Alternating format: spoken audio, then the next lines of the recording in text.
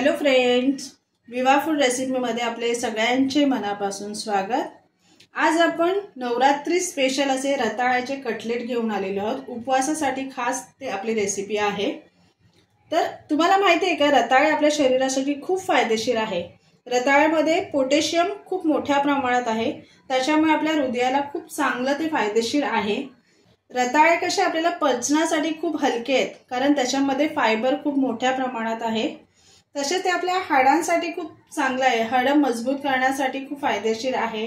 जर तुम्हाला हिमोग्लोबिन वाढवायचं असेल तर तुम्ही रताळ्याचं सेवन करू शकताय किंवा असे वेगवेगळे पदार्थ करून खाऊ शकताय। चला आपण आता त्याची पुढे रेसिपी बघूयात।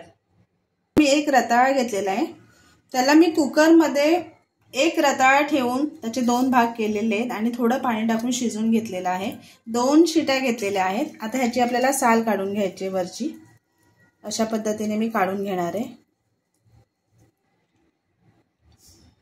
इथे मी एक रताळा त्याचे साल काढून घेतलेले आहे, त्याच्यामध्ये एक बारीक मिरची, मी साधी मिरची घेतलेली आहे।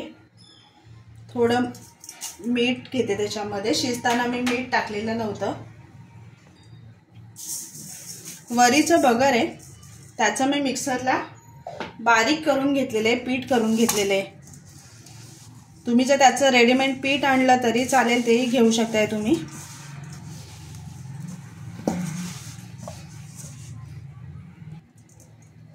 याच्यामध्ये मी जिरापूड टाकून घेतले आणि आता व्यवस्थित आपल्याला मिक्स करून घ्यायचं आहे। ते आता हाताने मी ते व्यवस्थित मिक्स करून घेते। त्यात पाणी टाकायची गरज नाहीये, सॉफ्ट आहे ते, त्याच्यामुळे ते व्यवस्थित मिक्स होऊन येतं। जर तुमच्याकडे रताळी जर व्यवस्थित शिजलेला नसेल तर तुम्ही थोडं पाणी घेऊ शकताय।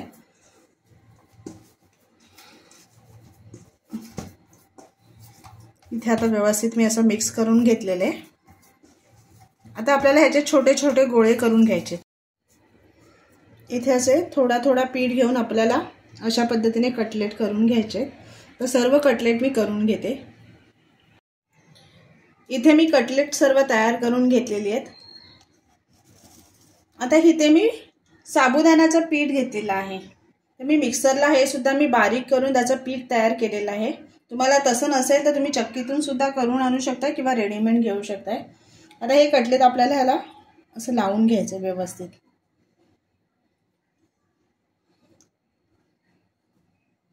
आणि इथे मी तवा गरम करत ठेवलेला आहे, त्याच्यावरती एक एक करून आपल्याला ते सोडायचे।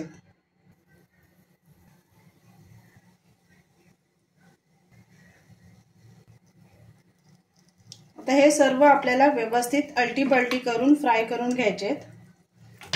गॅस फास्ट नाही करायचे, मीडियम फ्लेम वरतीच ठेवून आपल्याला ते फ्राय करायचे। इथे मी एका बाजूनी पलटी करून घेतलेले आहेत, बघा किती मस्त कलर आलेला आहे, क्रिस्पीपणा पण आलेला आहे। आपण जे साबुदाण्याचं पीठ वापरले त्याने क्रिस्पीपणा खूप छान आलेला आहे। आता आपल्याला दुसऱ्या बाजूनी पण सेम असेच क्रिस्पी कुरकुरीत करून घ्यायचे। आता मी पुन्हा एका बाजूने पलटी करून घेणार आहे। वाव, मस्त क्रिस्पी झाले, बघू शकताय तुम्ही।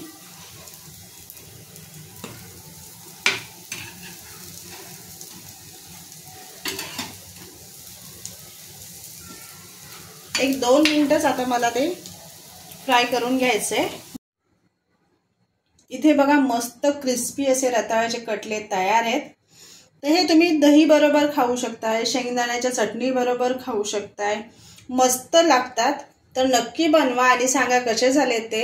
आणि असेच आपले नवनवीन व्हिडिओ बघण्यासाठी व्हिडिओला लाईक करा, शेअर करा आणि सबस्क्राईब करा।